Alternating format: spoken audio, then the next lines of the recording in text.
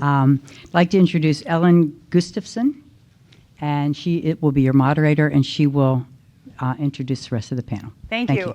Thank you so much. We're going to start off, actually, we're lucky enough to have a message from Patty Barron, Undersecretary Patty Barron. Did I say that right? Undersecretary Patty Barron. Roll the message, please. Good afternoon, everyone. My name is Patty Barron, and I am the Deputy Assistant Secretary of Defense for Military, Community, and Family Policy.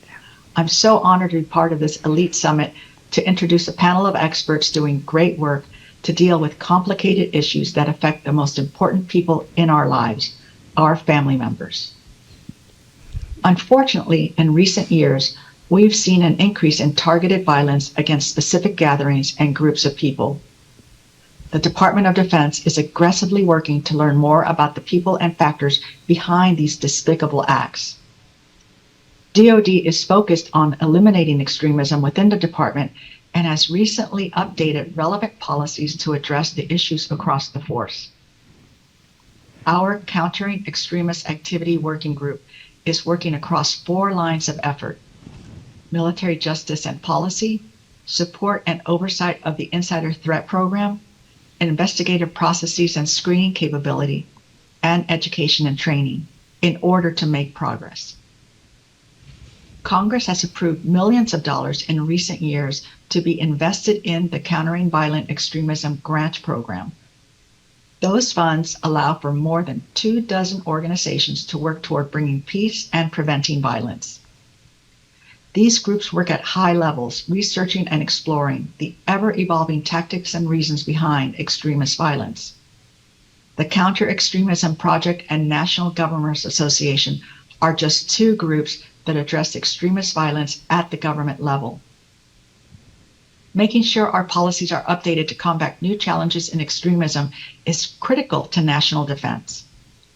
Research has shown that many violent plots have been disrupted due to community intervention.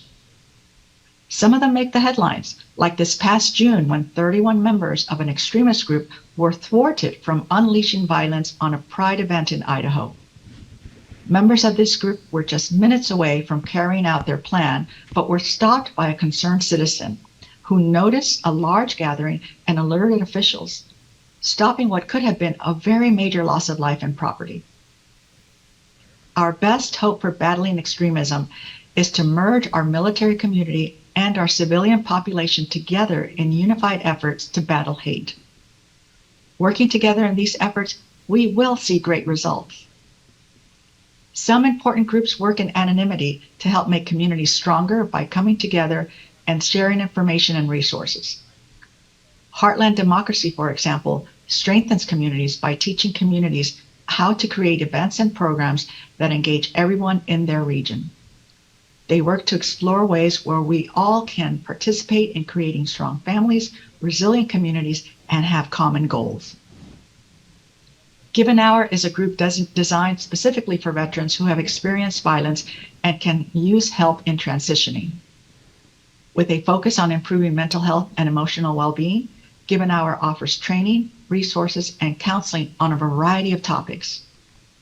It's also important to remember that our military family isn't isolated from the rest of the world. We protect the world, but we're also a part of it. That is why the work of organizations like Hope for Heroes is so valuable. They bring the military community together through sports and activities, whether it's a 5K run or a hike in the mountain. Hope for Heroes not only improves the health and wellness of veterans, but also provides a place to gather and discuss any anxiety or thoughts they may have about violence. Assembling together and sharing isn't just one of the ways we overcome tragedy. It is also the key way to prevent future ones from happening. Our LGBTQ service members and veterans may have other specific concerns for their safety.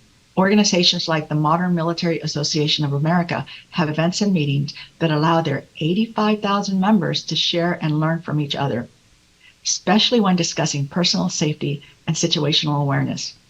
Those are just a few of the many organizations we have that support the safety of our service members and their families. But there's one group whose importance cannot be overstated: our families. The stronger we make our military families, the stronger our service members will be. They need your support in the community just as much as you need them to be a part of your community. The core values that guide our service members every day around the world are also ideal guidelines for every military family to follow as well. Though there is a slight difference in how each branch of the military defines its core values, they revolve around the same honorable traits we should all adhere to: integrity, commitment, accountability, and loyalty. Instilling positive values with our children helps prevent younger family members from veering into bad situations now or in the future, and hopefully gives them the courage to stop something before it happens. If you see something, say something is more important now than ever. Not just because of reasons that this global summit is being held, but also because holding up examples of good deeds being done all around us every day need to be highlighted to help educate and inspire others. Our children watch what we do. They copy what we say and how we act. And that is why it is so important to teach them the values we are united to protect, so that they are prepared to recognize and report evil words, acts, and other indicators in order to identify and eradicate them. Today, you will hear from some of our partners within the veteran and military support networks that work together in helping to create stronger families and better communities. I pledge to continue to find opportunities for the Department of Defense to work with key allies and to identify ways to defuse acts of violence before they occur, and to protect our service members and their families from those who wish them harm. Thank you all so very much. Thank you. It's amazing to have our issue and our conversation elevated to such a great place in the Department of Defense. So we're really proud of that. Also really excited to have a great conversation. This is going to be very much a conversation with some friends. And to do a quick introduction, Raleigh Detweiler from the National Military Families Association, Nate Grazer, who's the Director of Veterans Initiatives for SoCal Grantmakers, and Jennifer Aiken from Blue Star Families. But all of us have been working within the context of a couple of sort of big facts that I'll level set for the sake of conversation. And our goal here is to understand and talk about the critical role that families and their support networks play in supporting service members and family members themselves, and sort of being a bolster against targeted violence and terrorism prevention. So just to give you a context of this community, obviously people have an understanding that there are, military members. There's around 2.1 active duty and reserve members. There's then around 18 to 20 million veterans. Again, we're all trying to count them, so that's a good generalized number. But if you then extrapolate out to their family members, the community looks like it's about 85 million individuals, which is a highly diverse community along many different lines of diversity: age, race, religion, sexual identity, and ability status. And so as a result, this population actually serves as a pretty interesting target population for a lot of different diverse elements of society, including marginalized communities. I wanted to also just sort of level set with this, that as START has demonstrated, and our friends at START have said, around 80% of people who have military service backgrounds when they commit extremist acts are veterans when they commit the acts. And that the acts of extremism are often along the lines of anti-government extremism, and that's the largest ideological subgroup for committing those acts. So these are people, community members, that are connected both to the DoD, a government agency, and the VA, a government agency. And so one of the things that, to sort of give you a level set here, all of us are representing non-government organizations attempting to sort of affect these challenges, which obviously is really important because it's unlikely that the sort of direct government agency actors will have as big an impact on anti-government extremists. And so that's an important context. Another context, actually, in the last panel, our friend Tina Atherall made a funny comment about how when you're in the military in certain communities, often on the backs of underemployed military spouses, you can receive a welcome basket if you move to a new installation, and that you don't. And so we have some interesting data that our friends at Blue Star Families has ascertained that one of the challenges to military members in the world, in America, in the community, is that 30% of them do not feel, only 30% of them feel a sense of belonging in their community. And we all know that that's a risk factor, but that obviously these organizations here are trying to sort of, protect against that. But that's an important number, that only 30% of military families feel a sense of belonging in their communities. Americans place an incredible amount of trust in their communities, in their family members and their friends, to be credible sources of information, and sort of help them to develop their understanding of the world, and what groups they're going to ally with. And in the military, another level-setting data point is that this is a generational issue and a potential for a generational solution. Around 70% of currently serving military members come from military families. So if we can sort of bolster these communities today, we are making a significant investment in the long-term military relationship to many of these issues. So what we're going to talk about in this conversation is, what do these organizations already do? What can America do writ large, and what do organizations like ours need? So for the first sort of volley of conversation, if we take this strengths-based approach that the military has incredible protective factors against these organizations and narratives, what can you talk about? What have you seen, and what do your organizations do that already build protective factors and mitigate against these things? So Raleigh, we talked about things like your work for military kids and military families. Sure. So the National Military Family Association has been serving and supporting military families for over 50 years. We do that through advocacy for families on the Hill. We do camps and retreats for military kids and their families, and we also offer spouse scholarships to support military spouses in their careers. But through our camps and retreats, we really get to know military families at the youngest level. Our youngest kids are 3 and up in our Operation Purple Junior Camp program, but we work with kids all the way through the teenage years. One of the things that we have noticed in our 20 years of Operation Purple programming is how much these military kids need connectedness, not just with their communities, but also with each other. When you talk about connection and isolation, right, and all the things that we've spent all day talking about affecting the sort of overarching problem, we know that military kids are not set up for success when connection matters. They move every 2 to 3 years. I mean, put yourself in the shoes of that 3-year-old, right? Where you go to preschool, that's not where you're going to do kindergarten. That's not where you're going to do 2nd grade and 3rd grade. You're reinventing your community, your teachers, your support networks in every turn. And as you age, that weight grows on you. And one of the things that we realized very early on in the pandemic is, like the rest of the nation, we're sitting here looking at our teens saying, what is happening? How can we step in and serve and support you better? Which is always sort of where NMFA comes in. We're like, we see the problem. Blue Star Families often tells us about a problem, and we're like, okay, what is a surgical solution that we can activate right away while we work on those long-term policy solutions? How can we get in and help kids today? And we partnered with Bloom, which is an incredible group of military teens who got together in 2020 when they felt isolated and disconnected, and they overcame that isolation through storytelling and narrative sharing online. They built a social community of power. And they're now part of the National Military Family Association family. Bloom is part of NMFA. And in bringing them in, we've been able to do 2 years of a military teen experience survey, which has really allowed us to better understand those connective problems and the programs that we can help activate to solve them. One of the things, though, that we learned, going back to your 70% number, those military teens today, 40% of them plan to be service members tomorrow. So when we talk about our kids on the ground, and when we talk about our military families, we have to kind of do so robustly, knowing that these kids, in 6 months, they're going to graduate high school, and many of them are going to enlist. 4 years later, we're going to have another group join too, and that's going to continue. So as we build that connection point, we have to think about not just the family today, but also those future forces of tomorrow, and then the military spouses of tomorrow as well. We do that through camps and retreats. We do that as a way for us to engage one-on-one with military kids and build connections with them that they can carry with them wherever they go.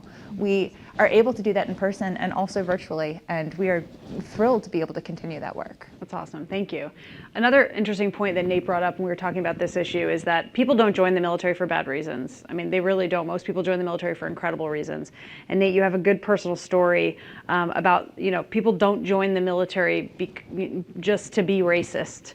And so the military and community can be actually this incredible protective factor if we take that perspective. Yeah, so I joined in 2000, and there were 4 of us. We were all in training together, and there was a Little, who's this big guy from Little Rock. He was in the documentary actually, Banging in Little Rock. There was this little preppy white kid from Indiana. There was Hogue, who grew up. His dad was a Grand Dragon in the KKK, and then Juan, who was from Los Angeles. And this is in basic training, we became best buds, right? The 4 of us hung out and we would tell each other stories. And Hogue's story always stuck with me because he had this huge black tattoo all over this side of the thing. And if you looked really closely, you could still see that it used to be a swastika. And then and now you weren't allowed to join the military with any of that kind of stuff tattooed on you. And he got it when he was like 7 or 8 years old. His dad tattooed it on his arm. And what was interesting is he grew up, in the middle of rural North Carolina and surrounded by the KKK and adopted all these beliefs and a lot of stuff that we've been talking about. And actually, his story for joining the Army was when he was in high school, he used to do a lot of motocross. And the guy who he used to motocross with all the time, one time took off his helmet, and he was a person of color. He's like, "Oh my gosh, wait!" And he suddenly couldn't other them anymore, right? And he said, "Wait, you like motocross, but you're black. But I only hear bad things about you." And it got him thinking that maybe something's wrong with the way that he is approaching life. And he realized that it was going to come at great cost if he was going to try to quit everything or get out. And so one evening he went down to the recruiter station and said, "I'm going to join the Army. That's the way out of this place." And he said, I'll join the Army as long as you don't tell anybody, and you just tell me when my ship date is." And so sure enough, went down and shipped. And so then on the way, got a tattoo and tattooed over his arm. And so, and now here he is, best buds with all these other people from other spaces. So I share that story because I think, sometimes this idea that, I think generally the people who join the military are doing it because they really are trying to make the most of their life. And, I've been in the military for the last 22 years. I'm telling you, they are the best of us. Mm-hmm. They really are. They generally people who are willing to take on that sacrifice, and military families too. You're the best of us. I mean, you take on burdens for other people you'll never meet, and most of the burden for caring for you is for caring for service members is in family members, and then who owns those? And the reason we're talking in this conversation is communities, right? Communities ultimately have to be responsible for how we care for military families and veteran families. And I know that's certainly the case in Los Angeles. We've just realized that, look, we have to solve this problem at our level because we could make the conversation to DOD or VA forever. Yep. But in the end, it's our vets who joined the military from Los Angeles and then they returned who are having a hard time. And so it's our responsibility. We own them when they left, and so we just need to own them when they come home. Well, so you made such a compelling story about the fact that the military actually should be a place where people experience the best of America in terms of diversity and all the values that we espouse. And Jenny, you've at Blue Star done some data from some needs assessments about communities of color in the military and the lived experience. And that's obviously so important to inform any of this work of what Blue Star is doing in that space. So can you talk a little bit about it? Yeah, absolutely. So, and I'm going to turn a little bit this way so I can see the full room here. First of all, thank you guys. Thank you for using our data. Thank all of you for using our data. As somebody who sits there and collects it and analyzes it and spends agonizing hours parsing every word because words matter in reports. Nobody reads the full 200-page report. They read the executive summary. But but words really matter. Before I get into the results, I want to hammer on this issue of the military building community. So today is my first day as a spouse of a veteran. Yesterday was my Right. husband's last day on active duty service, right? And, you know, so I'm living transition. And as I think about it, I'm like, man, what am I going to miss the most? And I think about the people who got me through the deployments, the other spouses. And I can tell you, we disagree on pretty much everything. We are from different races, ethnicities, you know, educational backgrounds, parts of the country. And they were my battle buddies. You know, they're who get you through.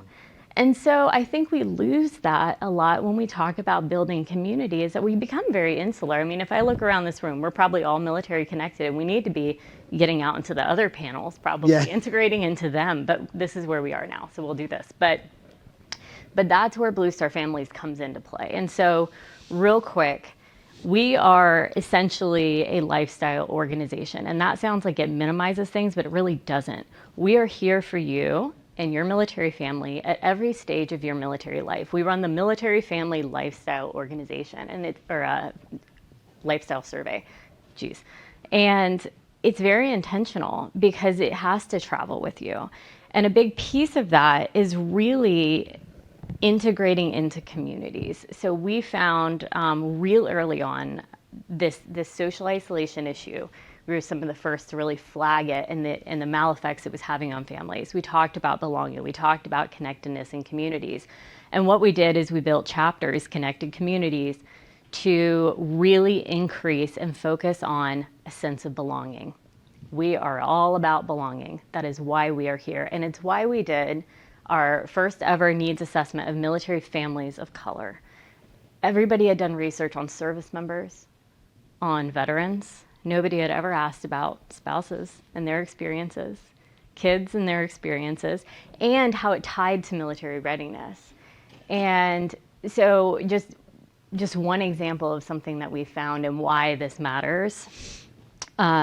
Military families of color are fundamentally sitting around the dinner table at night, and they're making big decisions about their military life in very different ways than their white colleagues. Specifically, they are looking at and making decisions around their perceptions of racism in certain communities. They're turning down orders. They are considering leaving service. And if you're in the military, you know that means you may not be progressing because you are now making decisions that are taking you out of contention for certain lucrative career paths. And so we have to start looking at the diversity of our military as a community issue. We have to look at racism in local communities, especially around military bases, as a national security issue. Not to mention that within 5 years, most recruitable adults in the United States are going to be people of color. So this whole conversation is so important, and we take it from the perspective of inclusion. Everybody deserves to feel a sense of belonging in their community. And it was really interesting, you know, as a white woman leading this research, I actually had a team of about 13 researchers on this project. It was phenomenal, from all walks of life. And we had the best conversations, and every single one of them came down to, you know, our recommendations really come down to things like words matter, change happens at the speed of trust, relationships matter. And so what's relevant for this conversation? A couple of things. I'm going to come to this initial question and then jump back. So we had a really kind of a big insight from our survey, and that is that the military community for many years has really embraced this concept of like, we all bleed green. We all bleed blue. We're all part of the military community. And that was that kind of colorblind mentality was really powerful in the civil rights era. It was necessary. But we've moved past that now. And actually the majority of our respondents in our survey and of our active duty service members don't think that mentality, don't feel that mentality builds unit cohesion. They think it undermines it. And they feel it every day. We ran focus groups. And I'll never forget, you know, the stories, because I was watching the videos of these focus groups, the stories of how that minimizes your identity. It's not really bringing your full self. You can't be your authentic self in these spaces. let alone outside of the military. Something else people do, they wear their uniform off post. People of color wear their uniform off post to go shopping so they don't get profiled walking around the grocery store. How many of you knew that?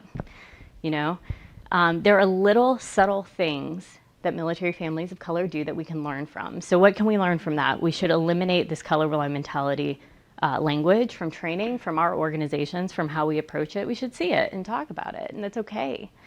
The number one recommendation from our community when we ask them how do we address these really hard conversations way before extremism, like just to even be able to have those moments of relationship building and trust, more opportunities for open dialogue. Opportunities like this. You know, we've been on this campaign for inclusion. I've briefed almost 2,500 people this year, often in Zoom, on this topic and on this research. And what's fascinating is I actually think in some ways Zoom might be a better platform for it, because what you start to see is people popping up in the comments while you're talking. And it's rude to do it in a room like this, like you're not, like, you don't really want to do that. But you actually start to see people saying, oh, that was my experience. I had this. Somebody else, a colleague perhaps, jumping in and saying, wow, that's really terrible. I had no idea. And it almost becomes this cathartic experience. So I think the more we can do to foster that open dialogue, I love what you guys are doing. Absolutely love it. It's exactly the right thing. I think that's really crucial. But it's also really hard to scale. So anything that we can collectively do to normalize and not hide from these conversations will be prolific in our community, because it will empower people to have really tough conversations at the local level. And I think Blue Star Families in particular is really relevant to this conversation in a few ways. One, we do provide opportunities to connect and develop that belonging. We are directly addressing social isolation in the communities, especially in our chapters, to build belonging, and we have the evidence to show it. So it's working. We're tackling that protective factor. We're advocating to remove unnecessary barriers and grievances. So are y'all. You know, I mean, there has to be advocacy to address the grievances that people very rightly have in some cases. We're also trying to change the way that we talk about and understand military and veterans issues. I love the strength-based messaging here. I hope maybe you're taking away today, stop talking about, you know, we all bleed green, we all bleed blue. It's not helpful to the dialogue. But to Tina's point earlier, we know that there is an association between what we call military family lifestyle cultural competence, the perception that it exists in your community. Somebody in your community gets it, and belonging. So we've developed Blue Star Welcome Week to help create a nationwide... The next topic. Okay, I'll wait. I'll Jump talk about it ahead. then. And we want to empower people with good information. We want to tackle mis and disinformation. So we'll have those hard conversations. We will have a town hall with 100,000 people viewing it that brings Dr. Fauci on to answer questions about the COVID vaccine. We will do it. Those are awesome. Bring it. So some takeaways that we had from our pre-conversation, and we're bringing specific asks to this event as we were requested to do, is that from these organizations you can see that there already are a ton of programmatic elements that are protective factors, and so we would recommend a sort of funding collaborative for military family support organizations to work together to sort of dig deeper in. I'm associating bleed green with having the money. So I'm just saying, can you give us green? That's an okay adoption. Bleed green. Green this way. And so, the idea of a funding collaborative, because we really can work together so incredibly well and sort of dig deeper into some of these things. And again, a lot of the programs that these organizations are doing on behalf of the military families are built because they are protective factors against mental illness. They're protective factors against the fraying of families. All these other things. Oh, and by the way, they happen to be protective factors in this context. So all of these things, kind of feed into each other, and none of these organizations need to pivot and become a counter, a violence prevention organization. They already are, right? And that's the nature. The other idea is this, the idea of military spouses having an identity of continuing to serve. That's something that we strongly believe in at, We the Veterans with Vet the Vote, but also, is there a VA for military spouses? Is that something that we could recommend to say, where do these family members go to continue their connection to the community and resources and all of those things? So VA for military spouses, and to sort of build out programs within the military community for more open and honest dialogue across racial and religious lines, to make sure that the most informed people, the most connected people, the most knowledgeable and comfortable people on these topics are military members and military families. And then the last is potentially a support the supporter government challenge. We talked about this idea of, could the government issue a challenge to say what are the smartest ways to support these supporters, and can we come up with the best program? So the next sort of question that we're going to go through quickly is this idea that we understand that violent extremism is part of the social and cultural phenomenon in our society, and so we need societal instruments and civic culture to sort of be prevention elements. So what can America do to support belonging and the civic connections between civilians and the military community? What can America do to make this easier? So Jenny, that's where I was going to sort of intro the idea of Blue Star Welcome Week. But there's programs that you all are very smart about in your own organizations and that you know about, of what America can do to be more connected to military families and not only have it rely on us to connect with our communities. So Jenny, I'll let you talk a little bit about Welcome Week and then we'll go.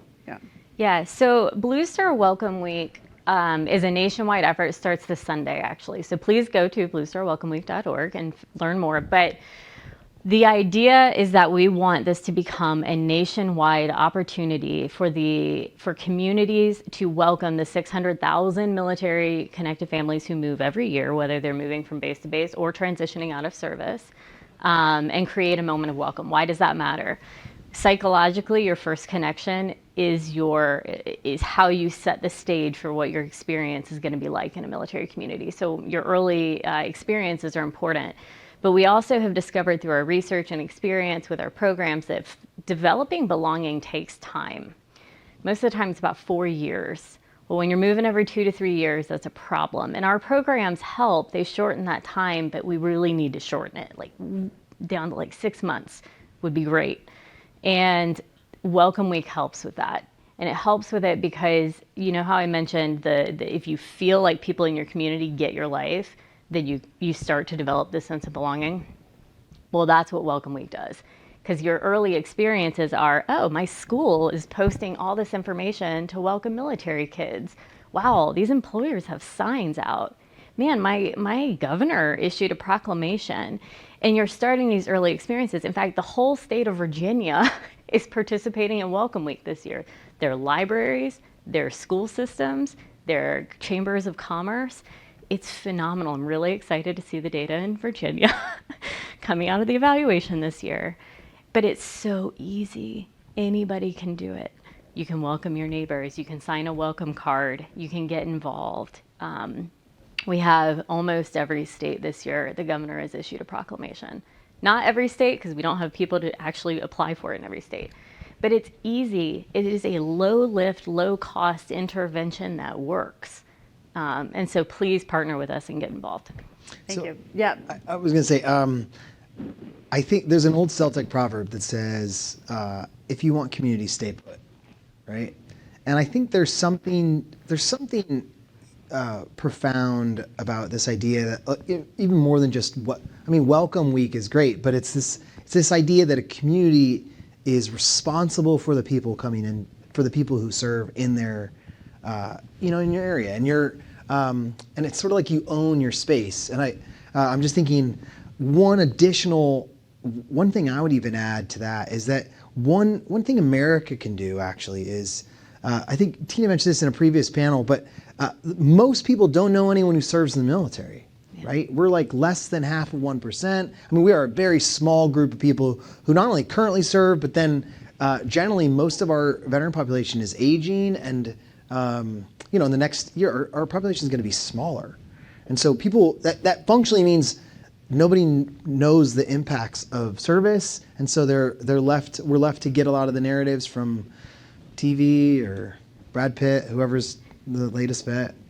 And I think what one tangible way to get around that is if you're a community and you have people who've served in the military, who are serving in the military, probably in your city, either guard, reserve, maybe active duty. There's definitely a recruiter station there somewhere. And I think what it is just owning that. And so I think what I would say is, if you find out someone serves in the military or did, just ask them. I just functionally say, oh, Jenny, your husband served in the military? Wow. When did you serve? Where'd you serve? Tell me a little about it. Just like little basic questions, right? I mean, the truth is we're disconnected. Okay, I have one follow-up question. What Brad Pitt movie is he a military? Isn't he? Yeah. Okay, well, Troy, okay, so maybe? I don't know. that's a question for follow-up. Okay, so that's a question for follow-up. No, but wait, can I jump in? Because Yes. I want to hammer Yeah. home how important this is. Yeah, but I'm because, still yes, on that. So I know. Well, someone figure that Google out. it. I'd be thrilled to know. But Someone Google the Brad Pitt veteran. But like, you have a bunch of adults telling you to welcome the military families and your military veterans into your community. It's also what the kids have told us directly. We partnered with Bloom and had them come in, these teens, to talk about what it's like to be a military teen. And over 2,000 of them responded 2 years in a row. And consistently, the messaging was so clear. They want you to see them. They are in your schools. They are at your sports events. They are on your teams. When you go to your high school play, one of those kids is probably military connected. And so the kids from Bloom wrote a field guide to understanding the military teen. It's written by military teens for communities with military teens. That's all of you, right? That's all of us. And we may think we understand this at the adult level, but to hear directly from the kids, 37% of them told us that they had had thoughts of harming themselves or others in the last year. 37%. All they want to do is be seen. So go find them. Go say, hey, what's up? Parents serving? Cool. Yeah, and that Right? is the challenge. Find them. Yeah. Find But out. they're So that's the other Yeah. question. How is America tracking its veterans and military families? Great question. Because Blue Star and you guys at NMFA are tracking what the military members need. How is America tracking where they are, who they are? Nate? We all look at you. How Nate? Yeah, so this is a lot. Thank you. I mean, generally we're not. So we know where people are when they get out of the military. We know the exact time, date, location, and then we say thank you, good luck.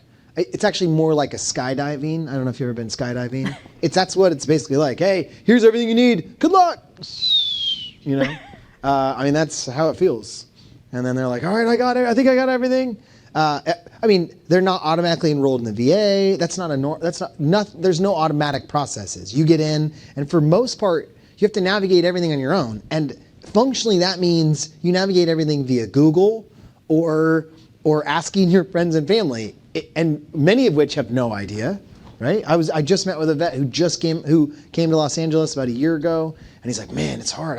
I tried to file for a claim, but they never called me back and asked me a bunch of questions, and I was like, where'd you file it? And turns out he filed in some wrong place. I was like, how'd you find out that was the place? He's like, oh, that's where my mom told me to go. Right? Because you're just so in other words, you're really going to a new culture. You have to navigate that. So the system really isn't set up to be for most military families to be successful. That being said, I said they're the best of us. Unbelievable. Most will be successful. They'll still navigate it. They'll still navigate the unbelievable challenges and become functioning members of society, and start organizations like We Are the Veterans. They'll run centers. Like, look at all these wonderful vets in here, right? They're making big waves in the world. And I think that's how we do that is we build systems so that vets can go find them. I like to tell stories. There's this old Greek play called Philoctetes. You guys any classics scholars here? And Philoctetes, the story of Philoctetes is he's this war hero, right? But he betrays one of the gods, and she sends a snake and bites his heel, and then he's wounded, and he's wounded in battle, and his wounds smell and they stink and he screams all the time. And then on the way home, Odysseus says, "Man, you stink and I don't want to hang out with you anymore." And they leave him on the island of Lemnos. And the way that at the end of the play, the way that he has to return to community is other warriors have to go to the island and retrieve him and help him see his wound, help him figure out how he got there, and then take him home. And so I think there's a role of the community to empower their veterans that live in their communities to help them go find the vets that we didn't find, the ones that got lost on the way home. Well, some other warrior came in and helped you in this context, and the movie is War Machine, the Brad Pitt military movie. Anyway, so thank you, fellow traveler who. Thank you. Appreciate that. Thanks for the support. Got you. The community engagement here is amazing. Thank you. Amazing. So last question, and then we'll just have a kind of a little round robin. But obviously, we recognize we've talked about this a lot today, but that the appeal of sort of brotherhood is part of the appeal for many of these organizations that prey on military veterans and know that using the name and the trustworthiness and the good brand of veteran and military member is really helpful for their organizations. But that appeal of brotherhood is a strong part of it too. And that we also know, everyone has heard this, who's at this event, that it's that 10-year window that passes, right? So people are lost in that 10-year window, and that is when they kind of maybe come back to us in a nefarious form. And so if these initial connections are strong and their family connections are strong, and we're losing the veteran, how can we better keep the family, whether that's spouse, family, or whether that's parents, family, or what? How can we do a better job of keeping that family? So even if the veteran, we lose track of them, we have actually maintained connections to the family through all that time. And what do you guys all think your organizations can do to help with that? I mean, I think you just answered that, right? It's not just the warriors who go back to the island, it's the whole family that goes back too, right? Like, we're all there through the struggle. And I think that we all see the impact of service so long and in so many ways in our families long after that uniform has been hung up.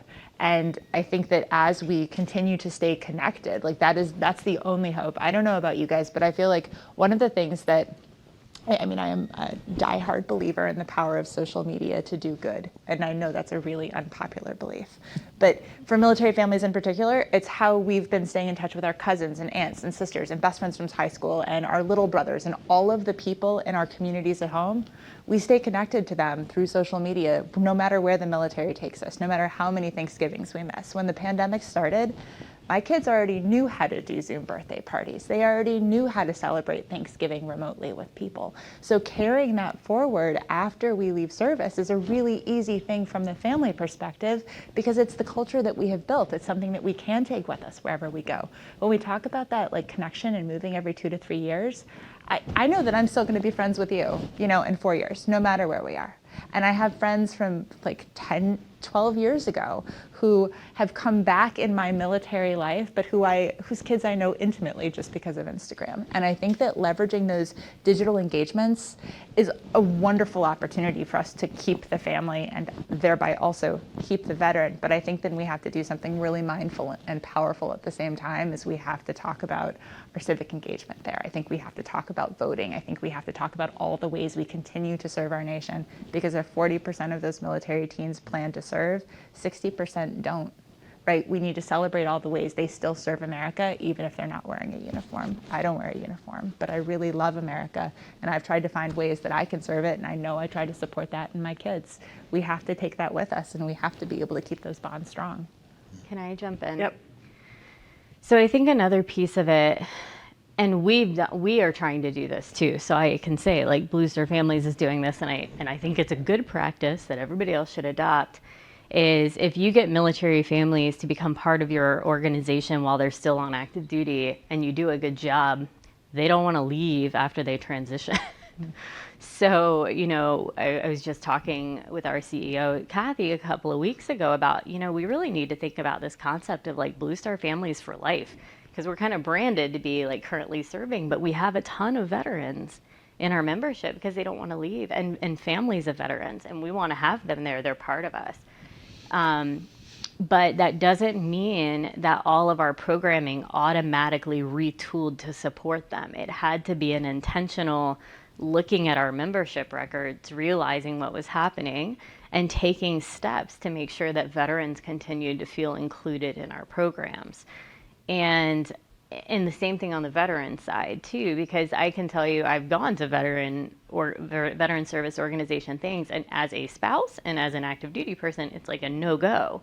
But you have to start looking at the continuum of military life and really starting to meet people where they are, because that no wrong door approach has got to be the answer, right? Like, we have to look at this as a seamless, integrated life that you're not going to let go of the identity. But if you find a place that works for you, you'll stick with it. You'll be loyal. And we certainly see that. Yeah, I was going to say, one thing I think has been really helpful in Los Angeles is we built this thing called the Los Angeles Veterans Collaborative. And so it's basically hundreds of providers who are all trying to connect military families. It's pretty cool. And one of the things that we say all the time is become a good passer. So I don't know if we have any basketball fans in here, but I grew up with a Michael Jordan poster on my wall, right? I think Same. everyone, that's what you weren't cool unless you had a Michael Jordan poster. But for like 4 years, even though he was like the best player, he wasn't the number one scorer, right? It was another team. It was the Utah Jazz, and it was the mailman. And anybody know any basketball fans? And John Stockton, who was Berkeley was the number one. Why did he outscore Michael Jordan? Because he had a good passer. The number one. Stockton led the league in assists for 4 years in a row, maybe longer than that. And I think the same approach has to be in our communities, which is that there is no wrong door, right? We all have a responsibility to have to say, look, I got to make sure that I have at least a person or a contact or a good place to send you if you ask me for help, because I want to know military, I want to know you, and if I do, I'd like to help you make sure the ball gets to where it goes. And so, like, it doesn't work if you just say, oh, I just do this, or I just do employment, sorry. Which is what a lot of military families end up having, right? They go to their community and they go, hey, I need a job. Do you help with resumes? Oh, no, we don't. We just do interviews. Oh, okay. Where do I go for that? Oh, I don't know. You could try this number. And so what we can do, though, is create that no wrong door approach and actually just collectively all say, all right, how do we make sure that I at least can pass the ball? Because I don't have to do it, but I at least need to pass the ball to somebody who can help you. So that's a great segue into one of the things we've talked about as we the veterans, but also within the context of all of your organizations and the ecosystem, is that one need we have as a community, and I think will come out of this summit, is this sort of capacity training on where do you pass people. And this is something we all need to know. And right now, I feel like we don't know as a community. If somebody comes in and the family member says, my spouse is talking about anti-government extremist ideas, we don't want to pass them directly to law enforcement, potentially. We don't want to pass them directly to mental health provider. That might not be the thing. We collectively now, I think, are opening ourselves up to, we need to know who to pass to. We'll work with Noel and DHS, but we need to have an understanding of who to pass these folks to. And we have an incredible capacity as a group of organizations, including our friends from the VSO world, to once we know that, to be that series of open doors that gets people to the right place. And this is where I think a great place to sort of end our conversation and open up for any questions, but to say we're here, we exist, the systems are built, it's just now a capacity of understanding this and the right person to connect everyone to when they come through our doors. So I actually think it's incredibly hopeful that, people think of this as an outsized problem in the military community. It may or may not be. What we do know is we have an absolute outsized ability to fix and address this problem compared to other communities because of organizations like yours. So before I open up to just one more organization to talk a little bit about their work that connects and weaves social support networks. Does anyone have any questions that's like literally here? Anyone? Literally? Anyone? Come on, ask me a question. Please. Come on. In a previous event, I heard you say something as a chaplain in that role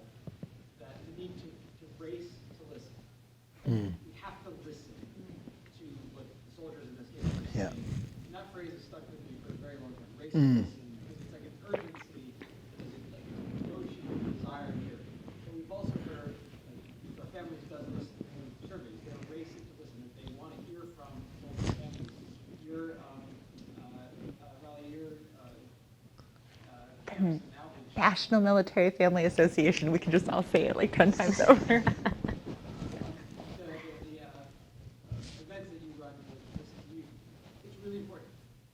Can we scale it? Is there a way to race to listen in a bigger, better way? How do we do that? Being heard when channeling someone to the right support based on what their experience. Yeah, well, first of all, you have to listen. I mean, like, I think generally one of the biggest challenges, that's in a lot of our communities is no one is listening. We're not listening to each other. We're not really, we're too busy. There's a million reasons why we don't listen. And so I think part of it is growing the capacity to listen to people. And I think maybe there could be some conversation. One of the things that I often say is, often the vulnerabilities that lead to like something like extremism often are vulnerabilities for around suicide or something. Like, we've talked some of that. Right? These are just risk factors that end up allowing for someone to make decisions that move against life in their life and others around them. And so I think one of the ways that you can address those is by creating situations where you can listen to somebody. Because if you think about what listening does, listening helps you organize your life, right? Just the other day, I was like, man, I can't stand my mom. Wait, no. And someone was like, you can't stand your mom? I'm like, no. I can't stand it when she's talking with the kids and they're all talking at the same time. No, that doesn't sound right. I don't like it when both my daughter and my mom are telling me what to do. Yeah, that's what I like. Right? So like, I didn't actually mean the first thing. I needed someone to hold the space long enough until I could get to my thought. And I think that's how we are. And I think often, in the context of eradicating hate, often people might start in a position that's not that good, right? And if we gave them a little space to unwind it, they would just naturally go, yeah, but no, never mind. That's not a good idea. And I think it's a gift to give someone to listen and go. And even some of the people who are in recovery, who I spoke with Chris Buckley earlier, he was like, everything that got me out of this wasn't direct. It wasn't a direct approach against my ideology. It was just like, hey, how can I help you? Let's get your life on track. And then naturally, the ideology sort of was like, oh, and that's not really that helpful either. And I think, so I don't know how you scale listening to people. Well, maybe if you listened to your mom the first time, That's 20 years ago, your mom and daughter you. wouldn't be telling you the same thing over and over again, and you would be. That could have solved the listening. Could have solved the problem that led to the listening problem. Right, I don't know. I wasn't paying attention. That's all I'm going to say. But I think we have to create moments for listening, right? Like how do we create more of those? And I mean, from my perspective, it comes down to funding. Like then it's funding. We have plenty of people. We know how to gather people together and have them listen to each other and their families and our family retreats and healing adventures for families of the wounded, ill, or injured. We do that. We bring in the people who can foster those conversations. Tina Afrol's MFlex. We bring in people who can do that far better than I ever could. But we cannot hold enough of them, and we want to hold more. Well, but for scaling, so there's some infrastructure already in place. So, for example, the only reason, and I'm so grateful for it, that you guys keep talking about Blue Star families in our survey, not the only reason, but a big reason is the White Oak Collaborative gives us a platform to plug in to a couple hundred MSOs, VSOs, government partners, philanthropies, and get everybody playing from the same sheet of music, get everybody access to that data. NMFA is shared there. Almost every time we meet, we have a data potluck. So we are all listening, and if we have good research, we bring it forward and we share that information with others. So that also requires a listening effort to each other and a willingness to show up with each other and read the reports and ask the questions and like really interrogate each other. Like, what did you think about it this way? Or listen about what people are seeing on the ground or listen to what people are seeing on the ground and share it with us, because you may not have the resources to run a survey, but like we have an in-house research team.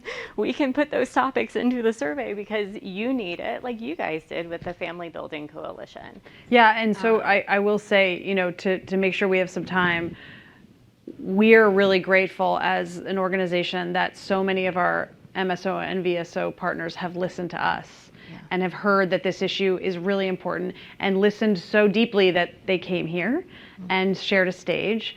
And so I think that's a really important part of the context of our work now, is saying, hey, listen, we've got the community listening to this as a problem.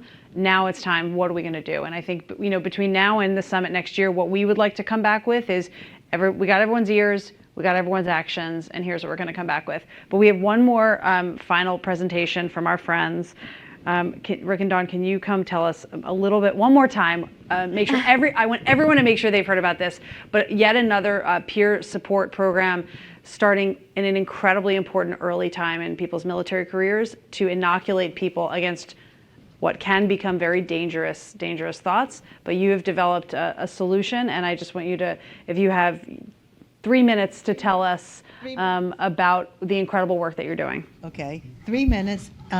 We are co-founders of the Second Lieutenant Richard W. Collins III Foundation. First of all, I'll tell you, go to our website and it can tell everything about it. But one thing that we are very, very proud of is our collaboration with ROTC cadets from the University of Maryland and the 3 HBCUs in the state of Maryland. And what we do is bring these cadets together that ordinarily would not be together and give them a week of bonding and training. And you have 54 seconds. Yes. Listen to her. The design of this effort, and based on the scholarship that the state senator from Maryland, Mike Miller, who's passed on, basically presented or suggested to my wife and I, and he was able to bring that up for $1 million scholarship annually for the HBCUs in the state of Maryland, for those kids, usually underprivileged kids, to get an opportunity to participate in ROTC and get their college education. And the beauty in this particular scholarship is, unlike those cadets that are contracted under a Army scholarship for ROTC, this scholarship does not carry a commitment to actually serve. It's like it's determined by the professors of military science, and they're granted that opportunity. But if they do decide, they can move on and accept those scholarships. You're so okay. That's pretty much. But can you just one more thing? Can you tell us what the joint program of getting the cadets together tends to do? What do you see in this when you bring these cadets together? These are cadets from different walks of life. And what we saw in real time, you would have University of Maryland at one side and HBCUs at another side. But after the week expedition, we actually saw in real time these cadets coming together, exchanging information and saying, when I get to that location in the military, we're going to make sure that we stay connected. So we're already talking about breaking those barriers and having those difficult conversations and being friends with one another. And one other thing I want to say is, because of that scholarship, we have over 200 men and women become military officers. Woohoo! That's awesome. So of course, join us. Thank you guys, and thank you all, and go get some drinks.